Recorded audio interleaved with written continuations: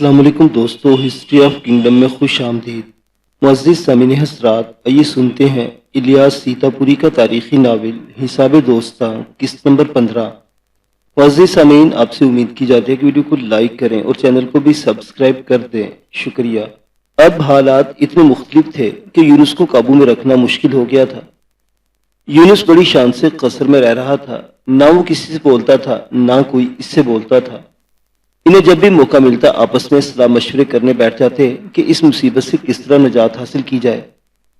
انان کی ماں لیس سے کہتی، تو کسی طرح یہ پتہ چلا کہ یونس کو کس کی پشتنائی حاصل ہو گئی ہے تاکہ اس کے مطابق کوئی قدم اٹھایا جائے، ورنہ یوں لا علمی کے اندھیرے میں بھٹکتے رہیں گے۔ لیس نے پتہ لگانے کی کوشش کی لیکن ناکام رہا۔ اس طرح 10-12 دن گزر گئے۔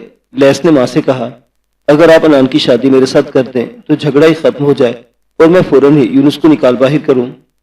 لیکن ماں کا خیال تھا کہ اب یونس کی موجودگی میں انان کی شادی کرنا مشکل کام ہے، کیونکہ یہ معلوم نہیں کہ کس قسم کا ہنگامہ کھڑا کرتے۔ بولی، لیس مجھے کوئی اعتراض نہیں، تو آج ہی شادی کر لے انان سے، لیکن اگر شادی سے پہلے یونس کا انتظام نہ کر دیا تو معلوم نہیں کس قسم کا ہنگامہ برپا ہو، کیونکہ یونس کی خاموشی میں کوئی طوفان چھپا ہوا ہے۔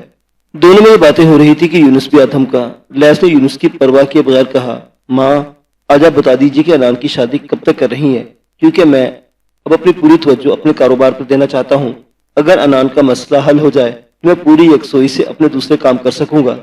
ماں نے یونس کو کنکھیوں سے دیکھتے ہوئے جواب دیا، جب یہ بات طے پا گئی ہے کہ انان کی شادی تجھی سے ہونا ہے تو تجھے مطمئن ہونا اور یکسو ہونا چاہیے۔ یونس نے ماں سے کہا، خاتون مجھ سے آنکھیں ملا کر بات کیجیے، یہ کیا کنکھیوں سے دیکھتی ہیں مجھ کو اور جواب لیس کو دے رہی ہیں؟ میں خود بھی یہی مسئلہ طے کرنے آیا ہوں۔ میں نے شادی کی 12 تاریخ مقرر کر دی ہے، گویا آج سے 6 دن میں شادی کی تیاریاں کرنے جا رہا ہوں اور آپ بھی تیاریاں کیجیے۔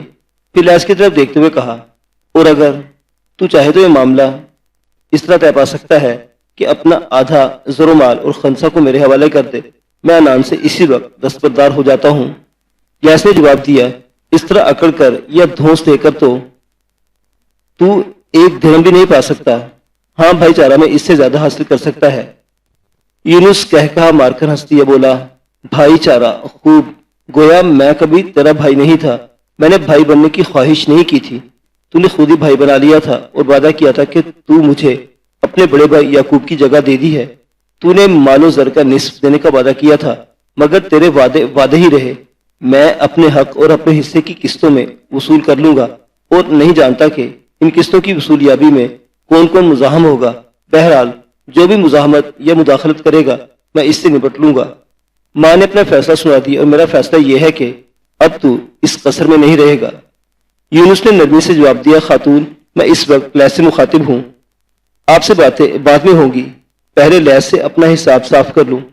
ماں نے کہا، لیس میرا بیٹا ہے، اس لیے اس کا معاملہ میرا معاملہ ہے اور میرا معاملہ لیس کا معاملہ، ہمیں الگ الگ مت تصور کرو۔ یونس پھر ہنسا، خوب، لیکن خاتون پہلے تو تم دونوں الگ الگ تھے۔ لیس نے کہا، ان فضول باتوں سے حاصل کچھ بھی نہیں ہوگا، اب تو اس قصر کو خالی کر دے۔ یونس نے کہا، ہاں تو میں حساب کتاب اور قسطوں کی بات کر رہا تھا، میں آج پہلی قسط وصول کرنا چاہتا ہوں۔ لیس نے پوچھا، کیسی پہلی قسط، کون سی قسط؟ یونس نے جواب دیا، میں خنسا کو اپنے ساتھ رکھوں گا، اب وہ یہاں نہیں رہے گی۔ لیس گھبرا کے بولا، لیکن خنسا تیرے ساتھ جانے کو تیار نہیں ہے۔ یونس نے بھاری آواز میں کہا، وہ تیرے پاس میری امانت ہے، اب یہ امانت شرافت کے ساتھ مجھے واپس کر دے۔ لیس نے سختی سے کہا، تو جاتا ہے یا دربانوں کو بلواؤں؟ یونس پھر ہنسا، دربان کیا کریں گے؟ میں اپنا مقدمہ عزت دولہ کے دربار میں لے جاؤں گا، کیونکہ وہ انصاف میں مروت رعایت سے کام نہیں لیتا، اور وہاں تیری جو خواری ہوگی خود سوچ لے۔ لیس نے جواب دیا، مجھے عزت دولہ سے کوئی خوف نہیں، جا کر دے مقدمہ، خنسا واپس نہیں ملے گی۔ یونس تن کر کھڑا ہو گیا، اگر یہ بات ہے تو میں خنسا کو اسی وقت اپنے ساتھ لے جاؤں گا، اگر تو روک سکتا ہے تو روک لے۔ لیس کھڑا ہو گیا، بولا، اگر لے جا سکتا ہے تو لے جا، آج میں تیری طاقت آزماؤں گا۔ یونس نے خلاف امید ماں کو مخاطب کیا، خاتون میں پہلے آپ سے چند باتیں کروں گا، اس کے بعد کوئی قدم اٹھاؤں گا۔ ماں نے پوچھا، مجھ سے کیا باتیں کرے گا؟ یونس نے بدستور نرمی سے کہا، آپ مجھ سے ڈریے نہیں، کیونکہ میں وہی یونس ہوں جس دوران علالت آپ کی بڑی خدمت کی تھی اور جس کو آپ لیس سے زیادہ چاہتی تھی۔ ماں نے کہا، کر باتیں۔ لیس نے موقع غنیمت جانا فوراً خنسا کے پاس چلا گیا تاکہ اسے کہیں چھپا دے۔ اس کے جاتے یونس نے کہا، خاتون آپ میرے لیے اب بھی بمنزلہ ماں ہے اور میں اب بھی آپ کا احترام کرتا ہوں۔ ماں یونس کی ایک ایک بات پر حیرت زدہ تھی۔ اب وہ نرمی سے عاجزانہ باتیں کر رہا تھا، معلوم نہیں کیوں۔ یونس نے کہا، خاتون میں جانتا ہوں آپ کیا سوچ رہی ہیں۔ آپ میری مزاجی کیفیت اور گفتگو کے بدلتے انداز کے بارے میں سوچ رہی ہیں کہ یہ کیا بات ہے اور کیوں ہے۔ تو یہ آپ جانتی ہیں کہ میں زمانے کا ٹھکرایا ہوا انسان ہوں۔ میرا کردار، میری شخصیت مسخ ہو گئی ہے اور بعض اوقات مجھ سے جو سرزد ہو جاتا ہے اس پر دوسروں سے زیادہ میں خود حیران ہو جاتا ہوں۔ ماں نے بات کاٹ دی، بولی، بات مختصر کر، مجھے پریشان نہ کر۔ یونس نے جواب دیا، میں کہنا یہ چاہتا ہوں کہ آپ ذرا تحمل اور صبر سے کام لیجئے۔ میں آپ کو یقین دلاتا ہوں کہ آپ انان کی شادی اگر مجھ سے کر دیں گی تو خسارے میں نہیں رہیں گی۔ ماں نے کہا، اب انان کی بات تو نہ کر، وہ تو مسئلہ ہی ختم ہو گیا۔ یونس نے درخواست کی، آپ اس پر نظر ثانی کیجئے، اجرت سے کام نہ لیجئے۔ میں نے 12 تاریخ مقرر کر دی ہے اور آپ کو یہ بتا دینا چاہتا ہوں کہ اب میں کوئی بے سہارا اور لاوارث شخص نہیں ہوں۔ ماں نے بے پرواہی سے کہا، تیری باتیں میری سمجھ میں تو نہیں آتی۔ اگر تو صاف صاف باتیں کرے تو میں کچھ بھی غور کروں۔ یونس نے جواب دیا، حالانکہ مجھے حکم دیا گیا ہے کہ آپ کو اصل واقعہ نہ بتایا جائے، لیکن اگر آپ وعدہ کریں کہ میری باتوں کو اپنے ہی تک رکھیں گی تو میں سب کچھ سچ سچ بتا دیتا ہوں۔ ماں نے وعدہ کیا، میں وعدہ کرتی ہوں اور یوں بھی ادھر کی بات ادھر نہیں کرتی۔ یونس نے ادھر ادھر دیکھا، آہستہ آہستہ کہنا شروع کیا، آپ حیرت کریں گی کہ خاتون، میرے والد نے اپنا عقدنامہ منسوخ کر دیا ہے اور انہوں نے مجھے قید خانے سے نکال کر اپنی سرپرستی میں لے لیا ہے۔ ان کی خواہش ہے کہ میں انان سے شادی کر لوں۔ ماں کے چہرے کا رنگ ایک دم بدل کے بولی، تو یہ بات ہے، وہی تو میں کہوں کہ تیرے مزاج اور انداز میں یہ اتنی بڑی تبدیلی کیوں کر آ گئی؟ اس کی خواہش ہے کہ انان کی شادی تجھ سے کر دی جائے، کیوں نہ، ہے نا یہ بات؟ یونس نے خوش ہو کر جواب دیا، میرے باپ کی یہ خواہش ہے کہ میں انان سے شادی کر لوں۔ ماں ایک دم بگڑ کر کھڑی ہو گئی، کہا، اگر یہ تیرے باپ کی خواہش ہے تو جا اور اپنے باپ سے کہہ دے کہ یہ شادی نہیں ہو سکتی۔ یونس نے حیرت سے پوچھا، آخر کیوں؟ ماں نے سختی سے کہا، یہ شادی اس لیے نہیں ہو سکتی کہ میں تیرے باپ کے ارادوں سے اچھی طرح واقف ہوں۔ تیرا باپ قاضی ہے تو کیا ہوا؟ میں اس خبیث کو سمجھتی ہوں، اس نے میرا دل دکھایا ہے اور میں نے بھی اسے خوب ذلیل کیا ہے۔ اب وہ اپنی ذلت کا یوں بدلہ لینا چاہتا ہے کہ تجھ کو اپنے گھر میں رکھ کر اور اپنی سرپرستی میں لے کر انان کو بہو بنا لے اور پھر مجھ سے بدلے لے۔ یونس بھی ایک دم گرم ہو گیا، بولا، خاتون، میرے باپ کو گالیاں نہ دے، وہ ایک شریف انسان ہے۔ ماں نے جواب دیا، ہاں، وہ جتنا شریف انسان ہے تو بھی جانتا ہے اور تجھ سے زیادہ میں جانتی ہوں۔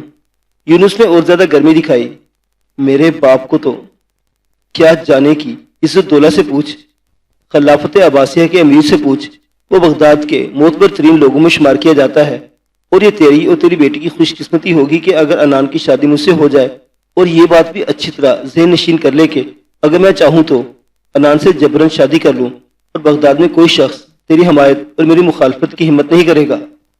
ماں نے جواب دیا، اگر تو یہ سمجھتا کہ پورا بغداد تیرا اور تیرے باپ کا حمایتی ہے تو جا اور انہیں اپنی حمایت میں بلا، کیونکہ میں نے بھی اب یہ قطعی فیصلہ کر لیا کہ انان کی شادی لیس سے ہو یا کسی اور سے، لیکن تجھ سے نہیں ہو سکتی، کیونکہ تو جس خبیث باپ کا بیٹا ہے وہ میری بیٹی کا خسر نہیں بن سکتا۔